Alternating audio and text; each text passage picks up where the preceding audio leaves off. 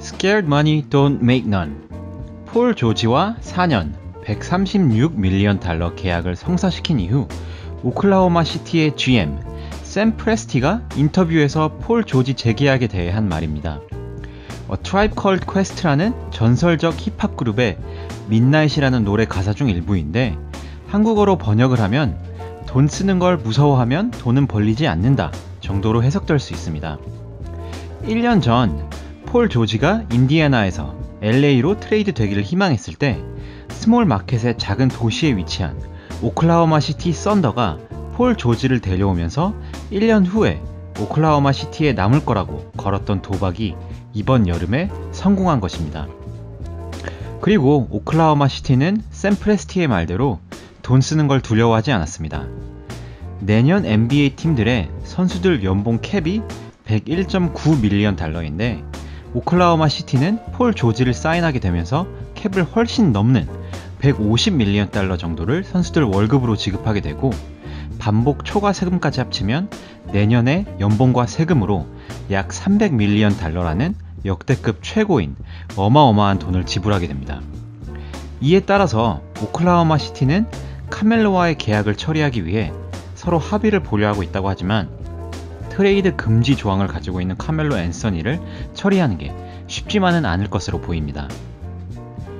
오클라호마 시티가 300 밀리언 달러라는 돈을 감수하면서도 선수들을 쫓는 모습은 6년 전 연봉 캡을 넘어서 세금을 내는 게 싫어서 제임스 하든을 트레이드 시켰던 오클라호마 시티의 모습과는 너무나도 반대되는 모습이고 이렇기 때문에 지금의 현실이 조금은 씁쓸하게 느껴질 수밖에 없습니다.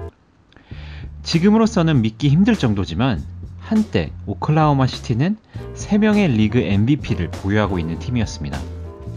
케빈 듀란트, 러셀 웨스트브룩, 제임스 하든이 한 팀에 있었다는 게 돌이켜보면 꿈만 같은 이야기이지만 이들을 주축으로 NBA 결승까지 진출하고 그 누구보다 밝은 미래를 가지고 있던 팀이 바로 오클라호마 시티였습니다. 샘 프레스티 또한 스마트한 운영과 드래프트를 통해 스몰 마켓에서 이러한 팀을 구축해온 GM으로서 많은 찬사를 받고 있었습니다. 하지만 선수들의 재계약이 다가오는 시점에서 지금과는 달리 오클라호마 시티는 돈 쓰는 걸 무서워하는 모습을 보였습니다. 제임스 하든은 4년 60 밀리언 달러 계약을 원했지만 오클라호마 시티는 이에 4.5 밀리언 달러 적은 4년 55.5 밀리언 달러 계약을 제시했고 양측이 합의를 보지 못하자 오클라호마 시티는 하든을 휴스턴으로 트레이드 시켰습니다. 4.5 밀리언 달러가 NBA 계약에서 적은 돈이긴 하지만 이로 인해서 연봉 캡을 넘어서서 럭셔리 텍스라는 세금을 부담하는 게 어렵게 느껴졌고 이런 상황을 피하기 위해 하든, 듀란트, 웨스트브룩이라는 어마어마한 빅3를 해체시킨 것입니다. 4.5 밀리언 달러를 아끼려고 하든을 트레이드 시켰던 오클라호마 시티는 내년에 웨스트브룩에게 35 밀리언, 카멜로 앤서니에게 28 밀리언, 스티븐 애덤스에게 25 밀리언, 안드레 로버슨에게 10 밀리언 달러를 지불해서 폴 조지 계약 이전에도 연봉 캡에 근접해 있었고 내년 폴 조지에게 30 밀리언 달러 연봉을 지불하게 되면서 작년과 똑같은 로스터를 유지하는데 세금 포함 300 밀리언 달러를 넘는 비용을 지불하게 됩니다. 과연 오클라호마 썬더 팀이 역대급 연봉을 지불할 만한 가치를 가진 로스터를 가지고 있는지에 대한 질문은 많은 오클라호마 시티의 팬들에게 불편한 진실이기도 하면서 현실적으로 분석해봐야 할 부분입니다. 폴 조지는 자신의 결정을 발표한 이후 인스타그램에 웨스트브룩과 같이 있는 사진을 올리면서 캡션으로 Unfinished Business, 끝내지 못한 일이라는 글을 올렸습니다. 르브론이 클리블랜드에게 우승 트로피를 안겨주지 못하고 떠난 이후 다시 돌아온 것처럼 자신도 오클라호마 시티에서 끝내지 못한 일이 있기 때문에 떠나지 않는다라는 느낌을 주는 글입니다. 마치 우승을 바라보는 듯한 캡션이지만 작년에 오클라호마 시티는 플레이오프 1라운드에서 유타에게 패배했던 팀입니다. 안드레 로버슨의 부상이 없다고 해도 현재 팀의 천장이 어느 정도일지, 그리고 골든 스테이트, 휴스턴, 르브론의 레이커스, 유타, 등등 강력한 웨스턴 컨퍼런스에서 5위나 6위 정도로 예상되는 팀에 이 정도로 큰 비용을 지불할 만한 가치가 있는지는 개인적으로는 의문스럽습니다.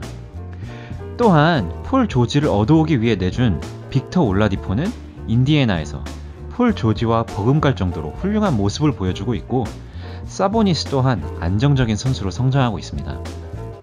따라서 폴 조지를 데려오기 위해 내준 오클라호마 시티의 자산도 기존에 생각했던 것보다 손실이 크며 다른 빅마켓 팀에 비해 부수적인 수입도 적은 오클라호마 시티라는 도시에서 현재의 비용 지급은 그렇게 바람직한 상황으로 보여지지 않습니다.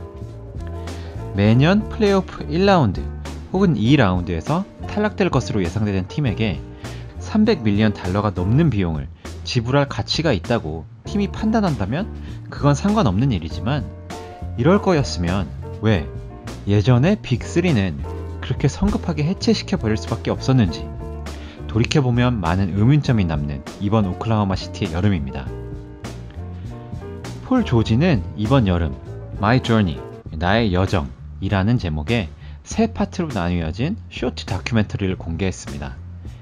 이 다큐멘터리에서 폴 조지가 드웨인 웨이드에게 조언을 구하는 모습이 담겨져 있는데요.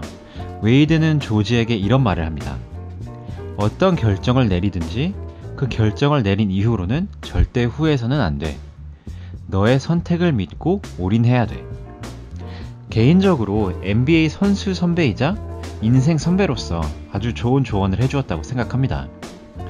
로스앤젤레스에서 자라면서 항상 레이커스 유니폼을 입고 뛰는 모습을 상상해오면서 컸다고 하는 폴 조지이지만, 본인의 선택으로 레이커스가 아닌 오클라호마 시티와 그의 팬들을 이번에 선택을 했습니다. 이 선택이 좋은 선택이었을지 앞으로 지켜보는 것도 팬 입장으로서 재밌을 것이라 생각이 됩니다. 오늘 이야기는 여기까지입니다. 시청해주셔서 감사합니다. 다음에는 또 다른 이야기로 찾아오도록 하겠습니다. 감사합니다.